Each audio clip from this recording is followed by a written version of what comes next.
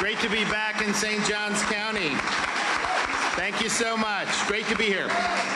It's a great morning. We're here. We've got a lot of folks that you're going to hear from that I think is going to be really exciting, including our First Lady, my wife Casey, our Florida Department of Children and Family Secretary Taylor Hatch, Lead Hope Navigator Liz Phillips, Hope Florida participants that you're going to hear, Katrina Daly and her mother Cynthia, and of course Anchor Faith Church Pastor Earl. Thank you for hosting us today. And then we also have Hope Navigator Aaron Pallone, so I want to thank him for being here.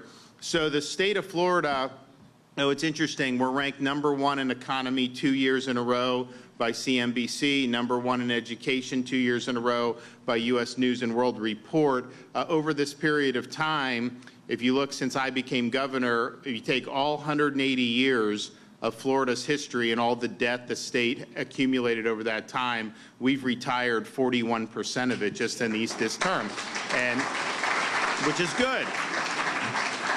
We have the lowest number of state workers per capita in the entire country. We have almost quadrupled our rainy day fund since I've become governor, and the state that's closest to us in population, New York, they now have 3 million, at least 3 million fewer residents than we do in Florida, yet our budget is less than half the size of New York's budget. What are they getting for this? Are they getting better education, road service? Of course not. And we've also returned over $7 billion in tax relief to Florida taxpayers since 2019, which we've never done that much in that period of time in the history of Florida. And so, and look, I've got to use my authority, veto things from the budget. Sometimes you got to do. That's just the way it goes. But we've really set the standard of how to do this in a way that respects taxpayers, that is paying down debt, cutting taxes, but is also meeting the needs of the state of Florida. I mean, we've done more for infrastructure than anyone's ever done. We've done more for education than anyone. We've done more for conservation and environmental restoration than anyone's ever done. So things that really affect the lifeblood of the state, we've done very, very well on. And so that's a great model. It's great to do. Now, that's not the only way that we've been able to provide value for the taxpayer. And so Hope Florida is something that the First Lady spearheaded a couple years ago. It didn't cost any money to do. It basically said, started off with child welfare, but has really expanded beyond that. We have so many of these government programs that have been around, some of them since like the 1960s with the war on poverty. And the job, you go into a government office and the bureaucrat is kind of programmed to just say, okay, what programs can I get you on? And the problem with that is that can sometimes become a culture, and the dependency then develops on always being able to access some of these programs. It hasn't done a very good job of giving people a hand up and actually a pathway to self-sufficiency. So she saw, and I agreed, that we have a lot of great resources in the state of Florida outside of government, and especially when you talk about our faith community. We've got all these churches that basically they're there to serve God and to help their fellow man. And so we need to harness that. And we have charitable organizations. You have businesses. Certainly I know in St. John's you've got businesses that are actively involved in the community, want to be helpful, and then individuals who just want to volunteer and make a difference. So all of that is there. But how do you actually, if someone needs a hand up, if somebody needs help, how do you link them with that? Because a lot of times people just don't know where to go to because it's just like, you're in a tough spot. You don't know what resources are out there. So Hope Florida really represents a revolution of how government approaches these problems. And so instead of being a bureaucrat trying to get people on as many government programs as possible, these folks have been repurposed to be navigators to navigate the person in need to all the other resources that are available outside of government. They even have a care portal where all the Hope Florida participants are plugged in. Somebody needs help, it goes out to the folks in the community, maybe the church, maybe charities, maybe some businesses, depending on the needs. And then all of a sudden, you have folks that can really spring into action. And the thing about that type of help is that's the type of help that can lead people to a pathway of self-sufficiency and ultimately expand their horizons in life. And so this is something that has been successful. And so since the advent of Hope Florida, and honestly, like, you know, it was started a few years ago, but I mean, really got going in a big way within the last 2 years. The initiative has helped more than 30,000 Floridians to reduce or completely eliminate their reliance on public assistance. Thanks to this success, Hope Florida will save taxpayers over $100 million per year, $1 billion savings over a 10-year period. And so that is, you want to talk about DOGE and stuff, and we've been doing DOGE in Florida for a long time, but this is a way. You're actually not even cutting any program per se, but you're just making those programs unnecessary for people because they're able to stand on their own 2 feet. That is the best way to save money and to save resources. And so that's what we've seen that's happened with Hope Florida. Now, other states have seen the success, and some other states have come and they have tried to learn about it and they're modeling it. You know, there's other states that they're intrigued by the results, but then when they find out that the faith communities involved, some of the more liberal states, they don't want to do that. They don't want to partner with the faith community, and you know, they can do it how they want, but I think that's a big mistake. I think you're leaving so many resources out on the table. I think you have folks in the church that this is their program to want to help people. This is what they do. And so to say you're not going to be interacting, and nobody's forcing anyone to do anything, but if you have somebody maybe that gets evicted from their apartment, a mom, single mom that's got 2 young kids and she needs a place to stay, and that goes out in the care portal and the church comes, you know, they're going to be able to get her in a good situation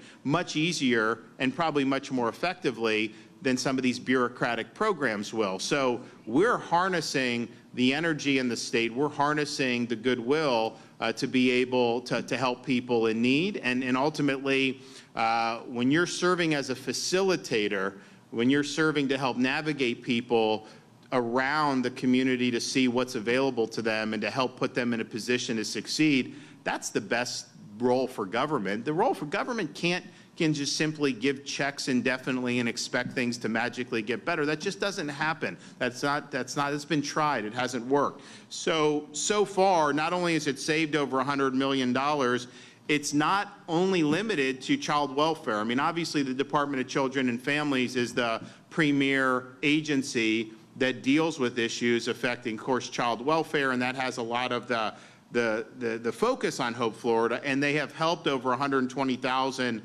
Floridians through Hope Florida with the Department of Children and Families. But we also have other agencies that have actually been in the fight. Our Agency for Persons with Disabilities have made over 11,000 referrals through Hope Florida. Department of Elder Affairs, over 6,000 referrals. Department of Veteran Affairs, over 1,000 referrals. Juvenile Justice, almost 1,000. And Department of Education, about 500. And so you see people that need help in all kinds of different ways, and we're going to be working on and announcing in the near future specific expansions to help with child care and to help, because you know a lot of these churches do child care, and they do. And then you also have children with unique abilities and being able to use these resources to help them. So we're going to be working on that as well. So stay tuned for that. So this is not something that's only limited to the Department of Children and Families. The philosophy of repurposing how government functions and serving to really be a navigator and a facilitator, that spans agencies throughout the state of Florida, and that's going to save more money. And look, the money's important, and I started off talking about Florida's great record of fiscal. I can tell you, if you were in Illinois, you'd be getting taxed to high heaven with no end in sight because they've got all these unfunded liabilities. Same with California, same with New York. New York, I mean, you pay massive amounts of money for tolls when you're going, especially when you're going around New York City, but you drive on those roads, it's like being on a roller coaster. It's so bumpy, the roads, I mean, like, they don't take care of the roads. I'm like, where does all this money go? I mean, if I'm paying a $9 toll to go over some bridge and then I end up with these bumpy roads, it's like you get motion sickness on doing it. And then, you know, where would you rather go need to get a driver's license? Would you rather go to the New York City DMV, or would you rather go in Florida? I mean, you're going to get it quicker in Florida. I know you will get it quicker here in St. John's, because I did that back in the day. So it's just, the services are just night and day. The taxpayer treatment, night and day. Obviously, we have a big budget surplus. We're doing things, and that's really important. And being good fiscal stewards is important. So to be able to save money, to be able to obviate the need for folks to be on different programs, that's important. But much more important than that is these individuals being able to expand their horizons, to be able to give them some hope that they can actually do really important things. And life's not easy, life's not fair. There are things that come, there's curveballs that are thrown at you. But you're not in it alone. You got a lot of people in your communities throughout Florida that want to help, and they're there to help. And that's really meaningful for people, and that can make the difference in so many different ways. So I'm really grateful that they were able to make such a big difference. We have announced earlier this month, we were in Pensacola, and we announced that Hope Florida now has a liaison station in each of our 28 state colleges. Because if you think about it, the state college system, you know, some people go from high school to state college, and there's great programs, nursing programs. We've supported a lot of that workforce. But then you also have folks that maybe are in a transition part of their life. You do have a lot of single moms that end up trying to go and get some education so that you can support a family. And there is a need for this at our state colleges and universities. And so we were also able to announce recently that there's a Hope Florida liaison in each one of Florida's 67 sheriff's departments. And if you think about it, who sees some of the things that, some of the misfortune in society more than law enforcement? They're just out, they see this stuff, and they do have a liaison now that can plug in some of these folks that need help through Hope Florida. So I'm really excited about doing that. Now, we have over 120 businesses around the state that are recognized as Hope Florida employers. And so when people are looking out for employment, they want to work, they want to be self-sufficient, there's a number of businesses that are there. There's been almost 2,000 individuals referred to CareerSource through Hope Florida that have obtained a job or received help that help lead to them increasing their earnings. So that's something that's very, very significant as well.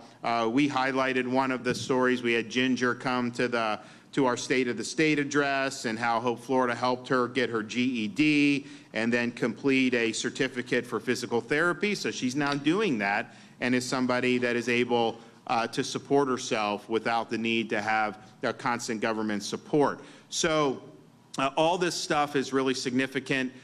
You have, you know, the agencies have really been transformed. And I think a lot of the people who are involved as navigators, and you'll hear some of that today, this is much more rewarding to be a navigator and to be able to see the horizons open. So I'm very proud of that, and I'm proud of what they've been able to do.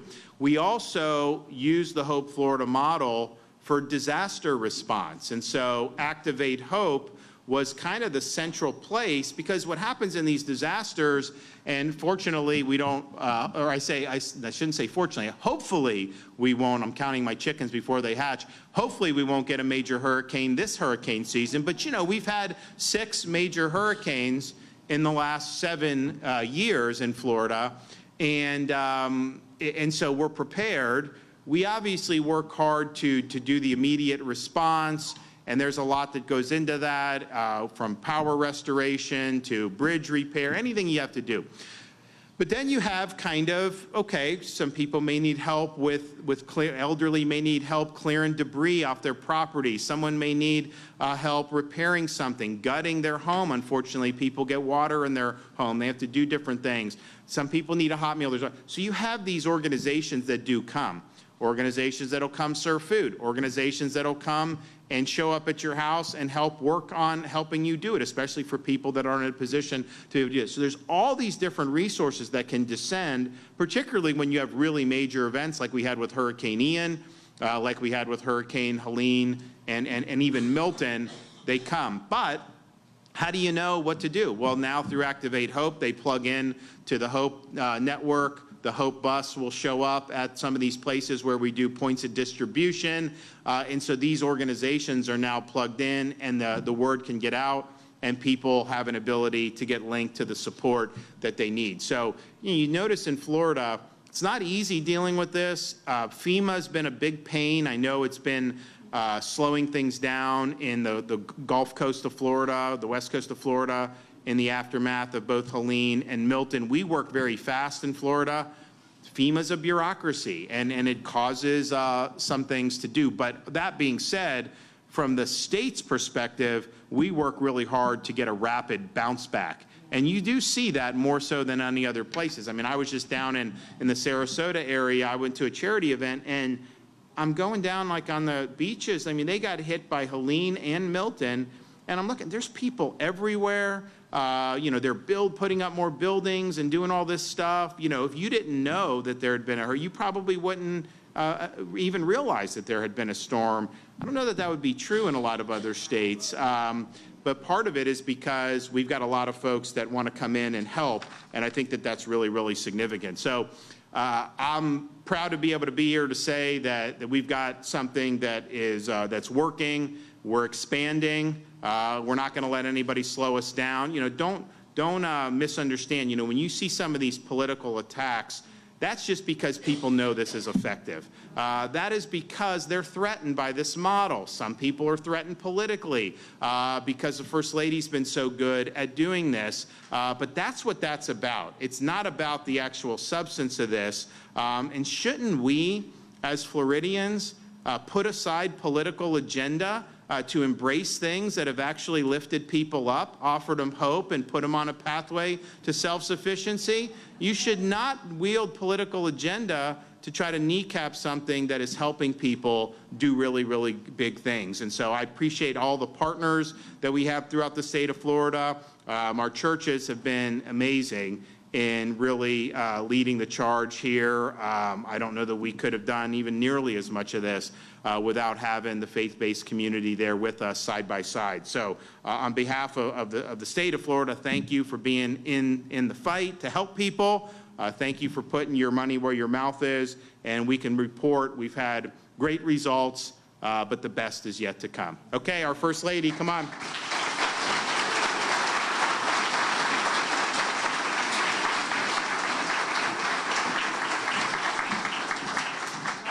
It's good to see everybody. Thank you for taking the time to come. It's an honor and a privilege, and I've said that from the very beginning, and know that I mean that from the very bottom of my heart. Every day that I have the opportunity to serve you and to be able to do good on behalf of the people of this state is a privilege, and I'm very honored to be able to be here. Now today, by the way, I don't know if you knew this, was Take Your Child to Work Day. And so just a side note, we were gonna bring them here. I had this big discussion, but they had something going on at school, and they didn't want to miss it. But as we were driving in here, we were thinking about it. We're going to pass Cold Cow. And I was like, wait a minute, if they knew that, they would definitely have wanted to skip school to come with us to work today. So, you know, but it's good to be back home, too, because as we're driving around and, you know, we have a lot of good memories here. Heck, we probably knocked on a lot of your doors back in the day. And just, it's good to be back. So, you know, I just wanted to say this. I think there's kind of... We lost 106,000 kids. This is double the number that we lost during the 20-year Vietnam War. And we need to pay the same attention to this crisis, which is a national security threat and a threat to every... We're driving around and, you know, we have a lot of good memories here. Heck, we probably knocked on a lot of your doors back in the day. And just, it's good to be back. So, you know, I just wanted to say this. I think there's kind of like a misunderstanding or just a misunderstanding, I guess, is the best way to say it, about what Hope Florida is. Hope Florida is not a program. Hope Florida is an idea. Hope Florida is a philosophy. It is, how can we help people in need and do better legitimately? It's not about just giving somebody a check and hoping it goes well and we'll see you later and this is what you're entitled to and that's the end of the story. What we've tried to do is to really re-engineer, rethink the way that we can help somebody, to help guide them on a pathway to economic self-sufficiency, to help them on a pathway ultimately to happiness. Because I know a lot of people in this room, it hurts your soul if you see somebody suffering and you know that you can do something about it, that you can lend them a helping hand. I mean, I've seen people on the side of the road and I think to myself, there is something that can be done. There is no reason, if they do not want to be there, that they should be there. So how do we legitimately help people? And this really emanated from talking to a lot of people all across the state about how can we do better, not going into it with a preconceived notion of, oh, we know how to do this, we're government, we'll figure it out. No, government's the problem, right? You're the solution. So how do we then leverage government to be able to help the people across the state and leverage the resources that the governor mentioned are already existing in society? Well, the idea came from you going around and talking to key stakeholders, whether it was the faith-based community, whether it's the nonprofits, whether it's the private sector, local government, state government. And when you go and talk to key people who are in the fight, you find something becomes very clear. And that is, it's all siloed. There are good things happening, but there's little communication and collaboration to be able to help good people in need of help. There are good people who are willing to help. The question is can you make the connection? And so you saw that. So then we internalized that and we said, okay, because of the late 1960s and the way that people who were vulnerable came into government to get assistance, we said, okay, well, because we're government and the most vulnerable people are coming in to get help, we're uniquely positioned to be able to make a connection now with people who need help to go back to the community where they had always been, really from the beginning, right? The community is always the one that's the key player to make a difference, not government. So now we're able to get them back in a meaningful way back into the community to get help. So how do we do that? What is this process, this pathway to self-sufficiency, the pathway to prosperity, a pathway to purpose? What does this all start with? Well, it's a couple of things. One, it's a number. You call a number 833-GET-HOPE, and you can talk to a human. How novel is that, by the way, to be able to talk to a human? It's like you want to be able to just, especially if you're suffering, to be able to have that human-to-human relation, to be able to put your guard down for a second to say, I'm struggling and I need help and here's what I need help with. The other thing that we do is we take a proactive approach to this, which is also pretty novel for government, which I think is great. If we see you're on government assistance, how about this? How about we call you? And the navigators will say something as simple as, hey, I see that you're in need of help. What's going on? How can we help? Where do you see yourself in 5 years? And imagine what that does to somebody's soul to think, man, you're taking an interest in me. You want to see what I have the potential to do. You want to be able to walk with me, to be able to help me get on this pathway. So that's very special. We also take a unique approach, as he mentioned, with the sheriff's deputies, all 67. That's impactful because, as what he said, you have our deputies who are on the front lines, and they see a lot of suffering. But sometimes they don't know where to go, and they don't know where to turn, and they might know of one or two nonprofits, but maybe if they get into this the Hope Florida initiative, they can understand there's a lot more. Hey, call this number, or let me let you talk to somebody who's involved in this, and they're going to help you. You know, our CPIs, our Child Protective Investigators. So, you know, prior to the governor being elected, they would be going out, they would be investigating child abuse and neglect. If they didn't see any reason to take a child from the household, a lot of times prior to him, that's where the story would end. But they would see that they needed help, that there were problems there. So how about now reach out to a Hope Florida Navigator and start to get in front of it? And how about this? How about we keep people out of government? How about we prevent people from having to go into a potential culture of dependency? How about we help them communicate with the communities so that way they can start to see their God-given potential. They can start to see the pathway. They can see that there are skills out there that they can acquire through all of the things the governor's done, vocational, technical, rapid credentialing, paid apprenticeships, all of our colleges. We even have Hope liaisons in all of our 28 colleges across the state. Now they can start to see it, and then they can start to see, and it doesn't happen overnight. Pathway to economic self-sufficiency is going to take a minute, but now you can start to see that there are jobs available to meet the skills, and it all becomes clear. And you have that one navigator who's holding their hand, because again, it goes back to what I said earlier.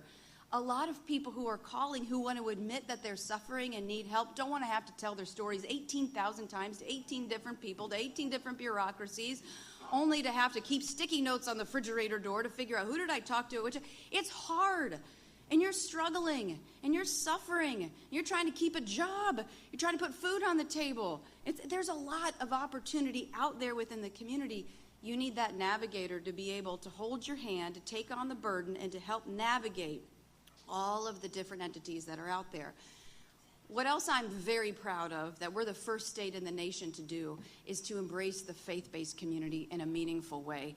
And that is a game changer, and I would recommend every state across the United States to do the same. And here's why. We have 16.5 million people of faith across the state of Florida, 20,000 institutions of faith. They've always been there, ready and willing to help, but they never knew some of these people were over here suffering in need of help. So now government has become a communicator and a collaborator with the churches, which is huge. He mentioned the care portal technology. That's really the connective tissue that we use. So as our navigators are working, as they talk to somebody, right, who's in need of help, let's say they're talking to a single mom, and that mom's going through a list of things that she might need help with. There are nonprofits, right? We're going through a Rolodex of all of the nonprofits that are available to be able to meet those needs. But then we take it one step further. We go to our churches, and we use something called the care portal technology, which is really fantastic. So you have the navigator saying, okay, I see you're having a hard time. Like, this is a true story, actually. There was a mom who had a broken refrigerator, and she was really struggling to keep food fresh in the house and didn't know what to do. So the navigator put into the care portal request an electronic alert to all of the participating faith-based organizations saying, can you help this mom? ? Within minutes, it was met. And the church literally delivered everything to her front doorstep. Fresh cooked meals, lasagna, whatever. Imagine what that does. The church and good people in the community now realize that mom needs help and she's suffering. An unbelievable connection with so many layers that I couldn't even sit up here and articulate to you just happened because you have good people who wanted to help, good people in need of help, and now they're together. And that does so much, not only to put food in the refrigerator and to get a new refrigerator, which they ended up doing, it does so much for their soul. And you know what it provided? Hope. That's what this is all about. It's about hope, giving somebody a helping hand to be able to find hope and happiness. So we've been able to do that. And to his point, it doesn't just pertain to single moms. It's single parents. It's children aging out of the foster care system, foster and adoptive families. It's our veterans, elder affairs. Just imagine if the church knew that there was a senior citizen sitting at home by themselves and they were sad and alone and didn't know where to turn. If the church knew that that person were there, don't you think for a second you guys would show up with a plate of lasagna or whatever? I sang lasagna, but whatever it might be, something to say, hey, how's it going? Or different nonprofits that are out there that provide these companionships. But imagine if you're suffering to try to go to Google or DuckDuckGo or whatever it might be to figure out what pieces you have to put together. It's confusing. You can have the best resources in the world. You can have the best programs in the world. But if you don't know that they're out there, what good are they? Particularly if you're suffering. So as you follow this path, right, is this philosophy, this idea that we can do better, that we can legitimately help people. That's what it's rooted in, helping people. You can see that as we evolve, we meet immediate needs, we triage those needs, we involve the faith-based community. We also provide something that's really powerful, which is mentorship. So for a single mom, let's say, she's, holding down a job, she's getting her skills, she's trying to do everything. We say, oh, and by the way, there's some really good mentorship opportunities for your child. Take a child fishing, big brothers, big sisters, whatever it might be, and think about now what that does, because I can tell you the one thing that you can do to change the trajectory of a child who is suffering or who has troubled beginnings or, has dealt with, just difficult times is to be able to provide mentorship. I've actually worked with our juvenile justice system, and I've had a chance to meet kids who have gone through tough times and have come out successful on the other side. And many of you have heard me say this, but I will ask them all the same question. As a matter of fact, I just did this last week. I asked them all the same question. I said, how did you get here? Because I was meeting them at the governor's mansion. So they've really accomplished great things. They're entrepreneurs, they're class presidents, they're going to college, they're doing all these things, and they all give me the same answer, every single one of them. In a different way. They don't know that they're doing it, but they do. They say, somebody took an interest in my life and they gave me value. They gave me worth, and they gave me hope. And that changed the trajectory. But then I got to thinking, because I was talking to a lot of these people, and, with the children, I'm thinking, you know what Hope Florida's doing? It's providing mentorship of people who are struggling. Just because you're older than 18 doesn't mean you don't need a mentor too. And having that person to be able to lean on, to cry on their shoulder, to get through tough times, man, I don't even think that people realize what that does. That gives you so much hope that you can do it. And to have somebody on the other end of the line when you're struggling as a single mom say, you got this, you can do it. Let me show you all of the jobs. Let me show you all of the skills. Let me show you Santa Fe College, great college, where they literally will show you how to get skills for a job that is already in the workplace. They kind of work backwards. And by the way, this college is really great. They provide childcare for you and your family while you're sitting there getting these. So there's all these things that are out there. So you have the Navigator who's really trying to put all of the pieces together to help on this pathway to economic self-sufficiency. And so I would just say from the bottom of my heart of everything that everybody is doing to try to make a difference, what we are doing is good. What we are doing is just. Sometimes you have to put on the full armor of God and you fight because you know what you're doing is righteous. You know that you're fighting for somebody who needs someone to fight for them, that they might not have felt that. But I would say to all the navigators that I've had the opportunity to meet in particular, you're doing good. And we're proud of you standing up every day. I mean, I've met some of these navigators, and they really are the secret sauce, right, to be able to take this interest.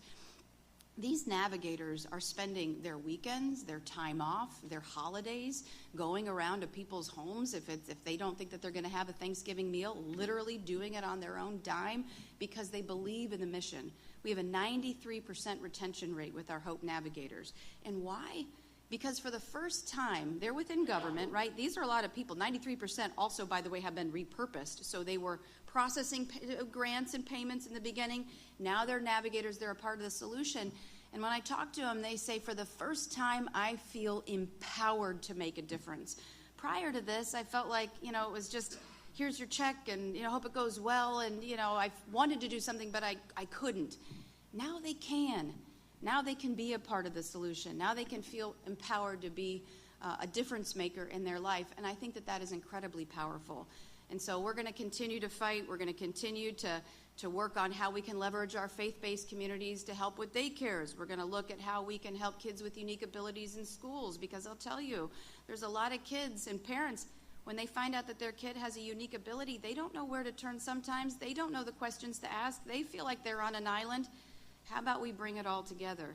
How about if your child needs help, maybe they need a wheelchair? How about instead of going to the taxpayer, let's go to the faith-based community? Because I can tell you in 2 seconds, if you see a CarePort entry saying this child, your congregation is going to raise the money and they're going to get it done. That's just what you do because that's what in your soul. That's why you guys do what you do.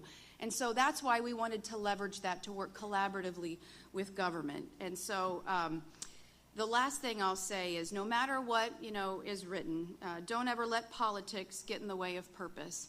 And at the end of the day, I would just ask, the media to really do one thing.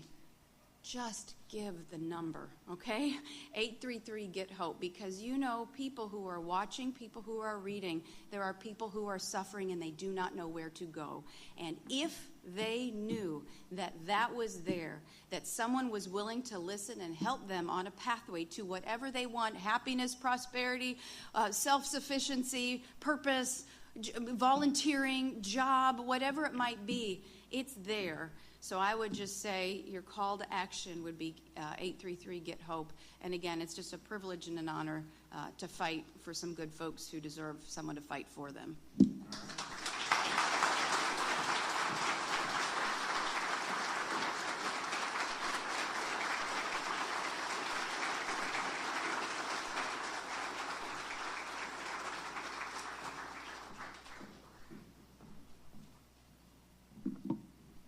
Hi, good morning.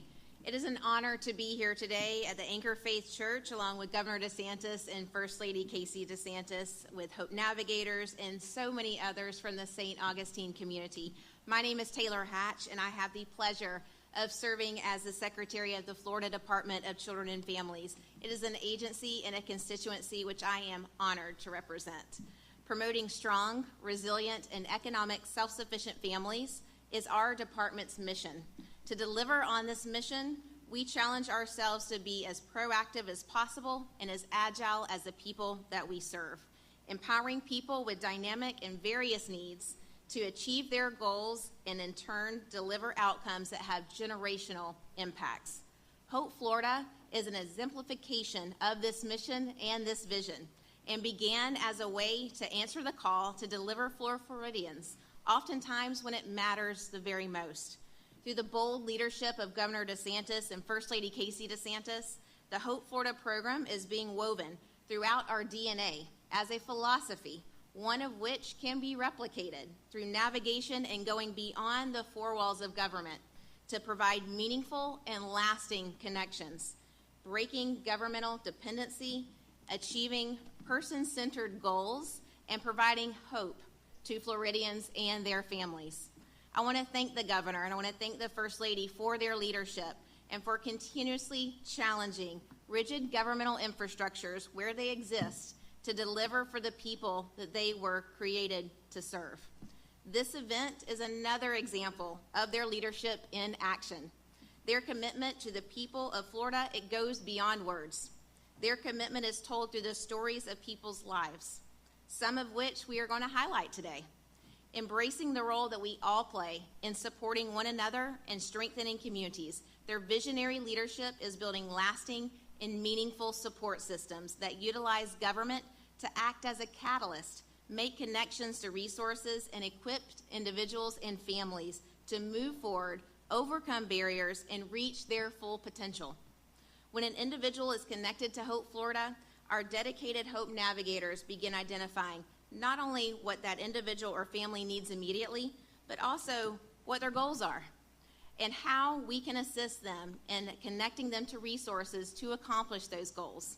Hope Florida serves as a powerful connection point between individuals who need help and the many organizations who are ready and waiting to help. Every day, we hear impactful testimonies from Hope Florida participants whose lives have been forever changed by the solution that is Hope Florida. Today, we are honored to be joined by Katrina and her mother, Cynthia, whose story I had the pleasure of getting to know during my time serving as the director for the Agency for Persons with Disabilities. Through outreach, a Hope Navigator from the Agency for Persons with Disabilities named Yolanda Rowling, who is also here with us today, connected with Katrina and Cynthia, who expressed an interest in connecting to behavioral health services and additional community involvement for Katrina. Through active listening and relationship building, the Hope Navigator also learned that Katrina loves horses, as it reminded her of fond childhood memories. Hearing this, the Hope Navigator immediately went to work to connect Katrina to Hope Therapy, which is a local not-for-profit who provides equine services and therapy for children and adults with disabilities or unique abilities, which for Katrina combines Katrina's love for horses, her memories from childhood, and the need for therapeutic supports all in one. With her immediate goal addressed and a boost in confidence, as well as continued support from her mom and her Hope Navigator, Katrina went to work on her next milestone of combining her talents and goals, which was to consistently operate a small business in which she sells her tie-dye t-shirts and beaded jewelry. In fact, Katrina now sells her work at the Hope Therapy Farms, where she has also stayed committed to volunteering with the horses. Katrina's mother was so inspired by the spark that she saw in her daughter that she has started her own not-for-profit, which is called the Friendship Project. She developed this as a platform to advocate and to bring awareness for the disability community. Just like Katrina's story, there are so many Floridians served through the Hope Florida philosophy that are receiving supports and direct connectivity to community resources and partners in their own backyard. The Hope Florida philosophy is built on the fundamental belief that all Floridians can achieve their God-given potential.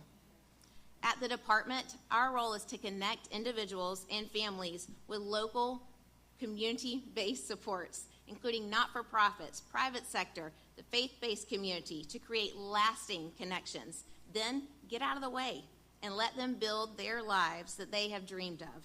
Thank you so much for the opportunity to be here today.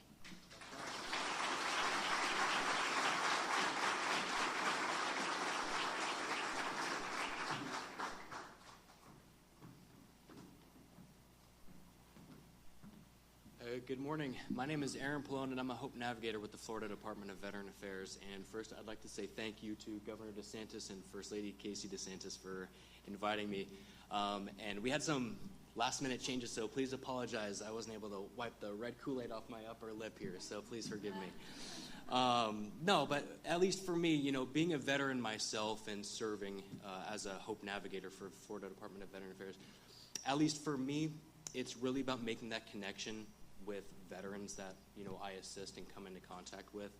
I hear all too often, really, I had no idea that existed.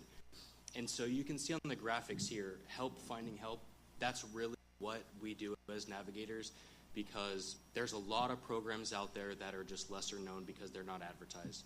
And so I'd like to highlight just a couple of veterans that I've come in contact with and partnered with faith-based community partners.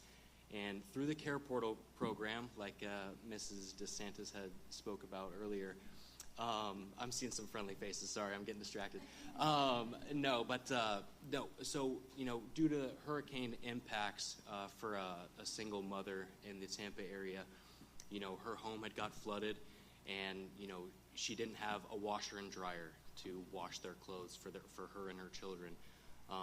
So reached out to Care Portal. Church came in, removed the damaged washer and dryer, and gave them a brand new one. So it's actions like that where it's about putting our arms around the veteran community. And I was talking with our executive team earlier today, actually, and he was talking about, hey, with a service officer, assisting a homeless veteran isn't really in their purview and what their scope of what their day-to-day operations are. So until the expansion to the Florida Department of Veteran Affairs, as Hope Navigators, we can make contact with those community partners and organizations that can get a homeless veteran off the street and get them into sustainable housing. So that's just a highlight of a day-to-day what I experience through veterans and community partners, and we're only as good as our partners. So we really rely on them to be able to wrap their arms around veterans.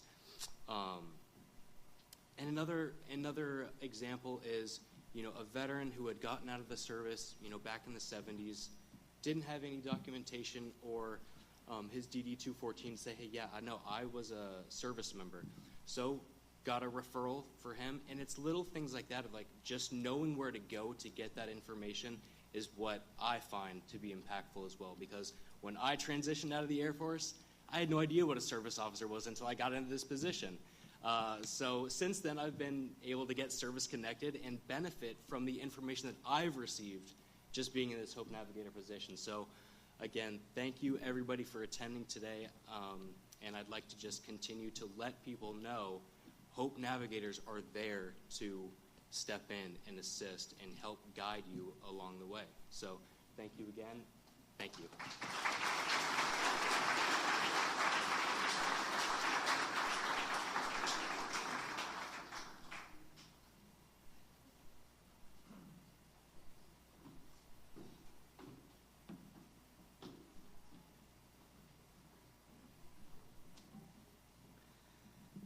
Hi, I'm Cynthia Brown, and this is my daughter, Katrina Daly.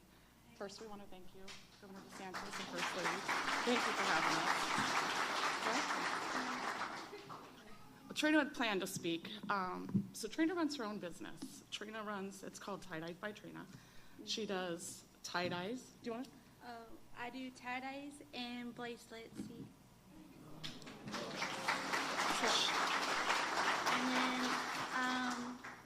And then I work at McDonald's for 3 years. Trina has really come a long ways. So our story did not start out that way. Trina is, is considered a mentally vulnerable adult. She is diagnosed with IDD, intellectual developmental delays. Trina became a victim of online.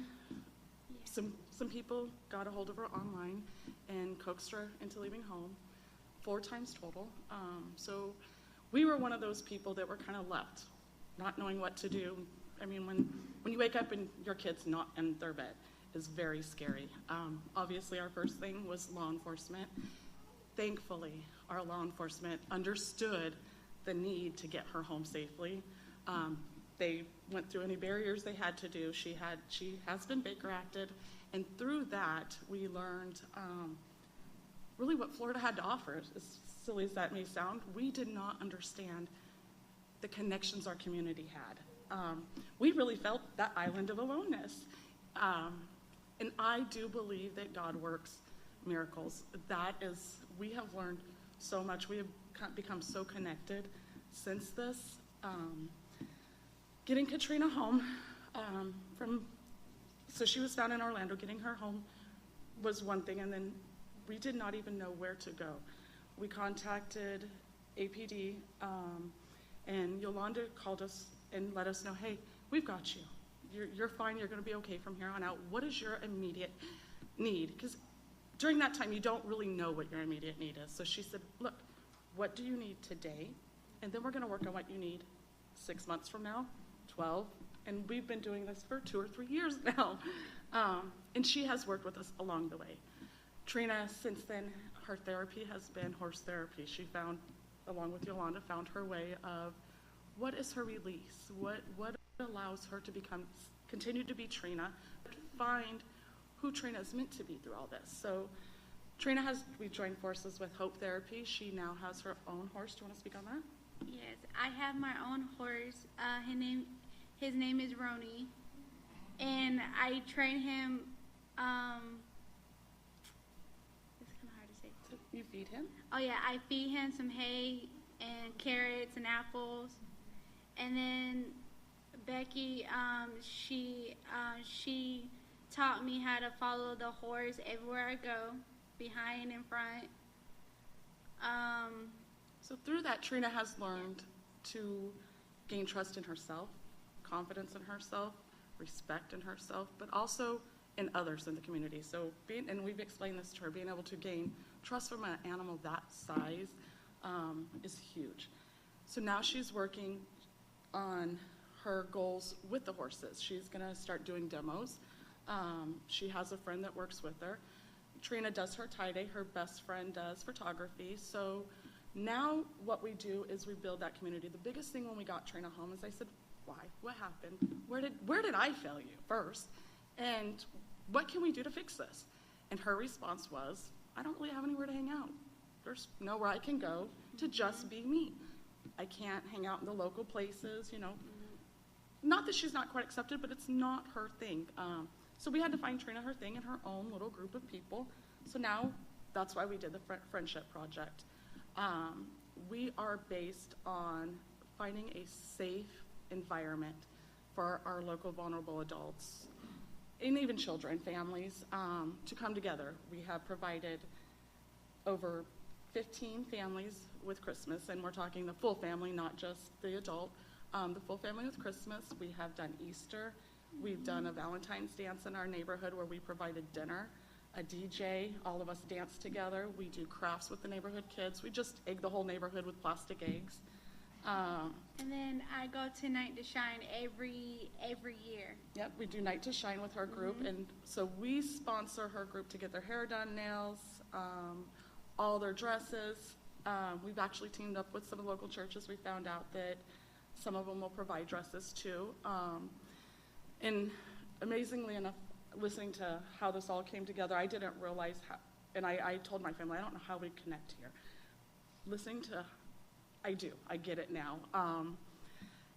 When Trina was first come up missing, one of my things was I didn't know what to do. As a mom, you want to outrage, you want to act out. I had somebody come to me and say, hey, let's get off the streets, let's talk this out, let's get to church. And so I was actually third in line. to get baptized. I had never been baptized. It was my only dream. And I was third in line when they called me and said, your daughter's been found. I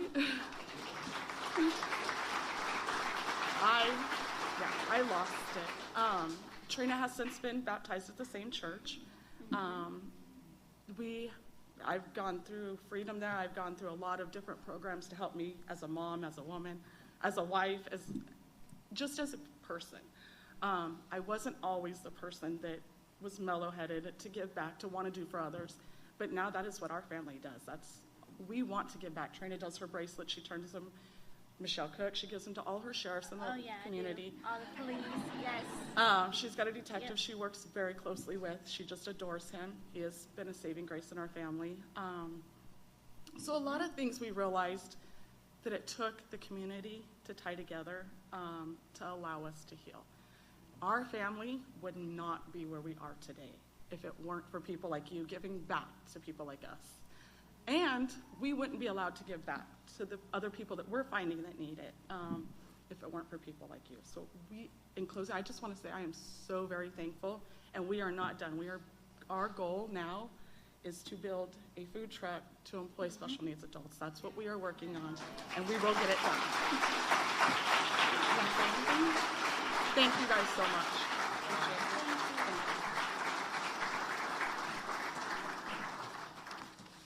Come on up.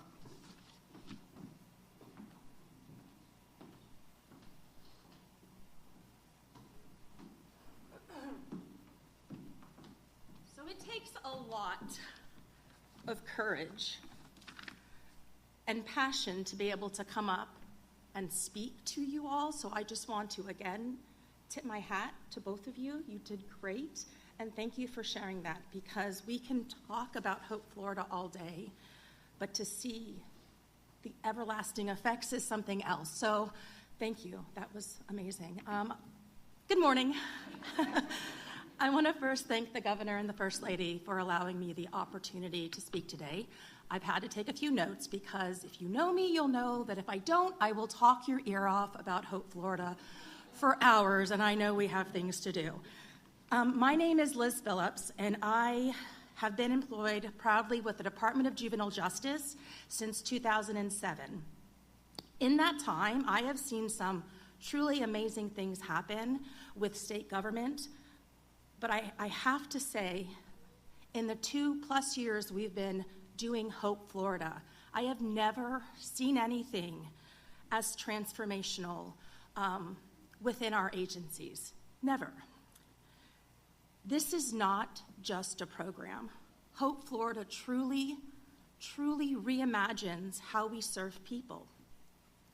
It gives families something that so many systems just can't, and that's a person, a real connection, someone to walk alongside them from the moment they call to the moment they find their version of self-sufficiency, peace, happiness, however you want to call it. When they find that is when we know that we've done what we needed to do. The First Lady mentioned it, but I really want to hit on it again. In government, we often work in silos, side by side, but rarely working hand in hand. Since Hope Florida has begun, we have really begun to break down these walls. It allows us to collaborate across departments and agencies with navigators who aren't just names on a referral list. These are experts, these are partners, these are problem solvers. At DJJ, our Hope Navigators are well-versed in walking alongside families, dealing with some serious youth behaviors, some real challenges, truancy, running away, other behavioral issues that are just, when you're in that moment, it's hard. It's hard seeing the person that you love most in this world start to go sideways and you not know how to help them. We understand how overwhelming these situations are. And when families also include veterans, a senior, or somebody with a disability, we don't just hand them off and say, have a good day, when we're done with the DJJ-related concerns. We reach out to our sister agencies where other Hope Navigators exist, and they have that expert knowledge. They have that institutional knowledge of their own agencies, And then together, we build this truly amazing wraparound system for the whole family. I get a little emotional because it's been a lot, but I want to say we have real families in real crisis. We get calls every day. These are parents, sometimes grandparents, working hard. They're working multiple jobs. They're doing everything they can to just hold it together for themselves and, most importantly, for their children. They're not looking for handouts. They're looking for somebody to listen. They're looking for somebody to help them navigate through the hardest times of their lives. They're looking for a lifeline to preserve their family. Hope Florida is giving them that. A single number, a dedicated navigator, and a system built around walking with them step by step. This is not a sprint. You don't just snap your fingers and everything is fixed. It's a journey, but they are not by themselves, and they have somebody to walk alongside them until real, local, viable solutions are found. But that's not just it. It's not just about connecting families to services. Hope Florida is truly about building relationships between navigators and families, but also between families and their local communities. Because we don't want government to be the forever solution. We want to help people build lasting support around them. These are neighbors. These are faith partners. These are mentors. This is the schools. We want to do that so that we can get them connected, supported, and then we as government can get the heck out of the way and let community step in. I know that there's been some media attention and some misunderstanding about the program, but I want to say this clearly, and my voice is shaking, but my words could not be any more true. The impact of Hope Florida, this is real, and it is deeply human. To any legislator or leader who has questions about how Hope Florida works on the ground level, I would be honored to spend a morning or an afternoon with you. Come see the work, meet the navigators, witness the impact. Watch what happens when a parent who is feeling hopeless meets someone who simply refuses to give up on them. This work speaks for itself when you see it up close. I am one person, and I stand proudly before you as a navigator, but I do not stand alone. I am standing up here for the Courtneys, the Emilys, the Beths, the Nashiras, the Gigis, the Aarons, the Rachels, the Zandras. These are real navigators across the state, housed in different agencies, who wake up every single day ready to bring hope to somebody. This isn't just government work. This is human work. This is the kind of work that builds stronger families, stronger communities, and a stronger Florida. Thank you very much.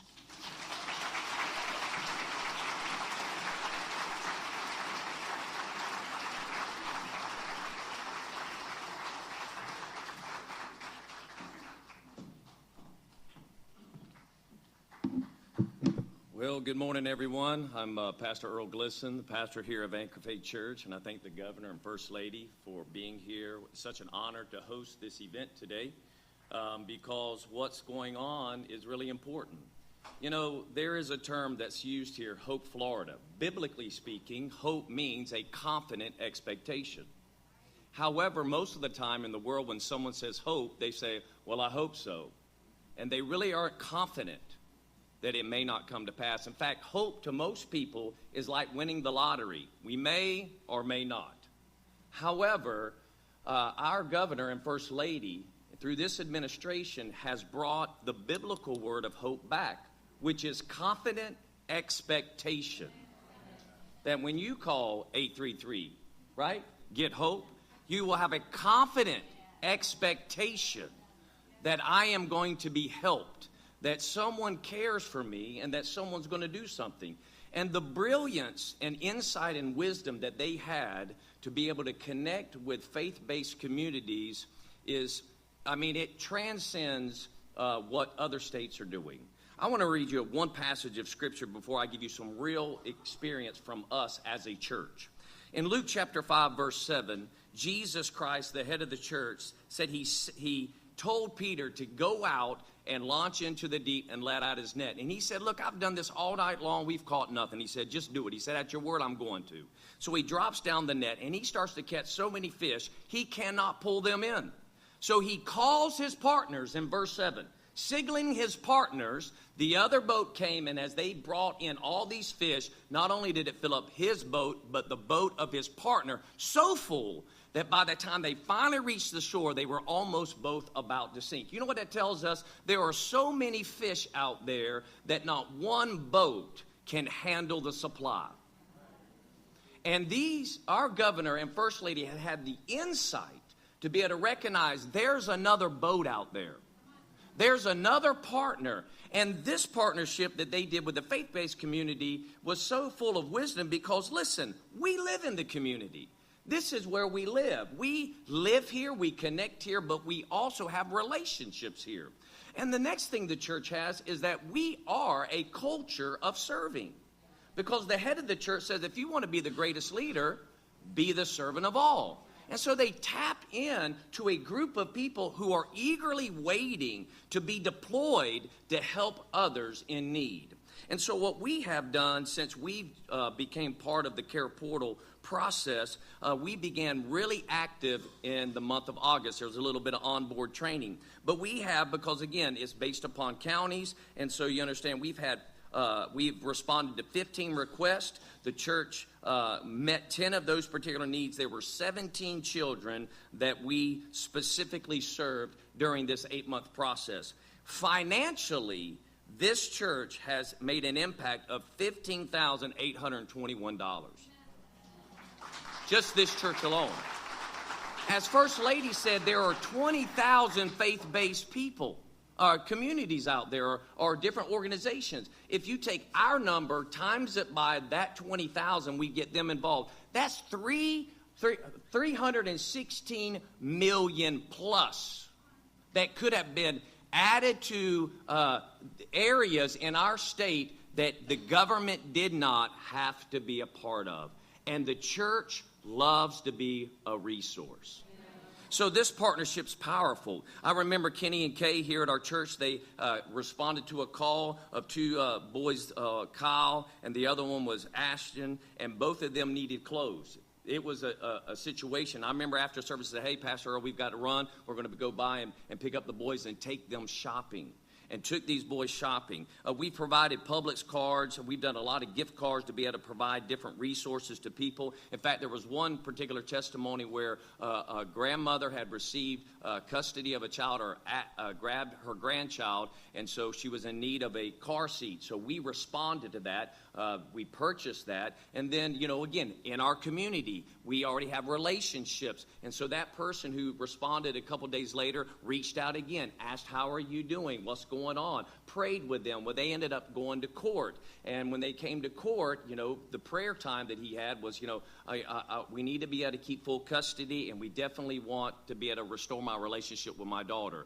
That day she went to court. Her daughter was there. The judge gave her custody. Her daughter was restored in a relationship with her mother that now lives with her in her home. And the judge says, can you take this child home? And because of the car seat that we were able to purchase because of Care Porter and Hope, Florida, she was able to confidently tell the judge, yes, we can. And so I cannot say enough about how Hope, Florida has streamlined and made things available for the faith-based community and government. When people say there should be a separation between the two, it doesn't happen. It is a farce. Listen, the church is never going to come into government and tell you how you should write things for us. Neither is the government coming and telling us what to do. However, as just humans, we come together and we make a difference in our communities. And they had the insight to not leave a boat on the shore, but said there's plenty of people out here and this group's already been deployed. Let's help them help us, and together we can do more together. And I cannot be more excited to be a part of Hope, Florida, and helping this process along. Thank you again, Governor. Thank you, First Lady.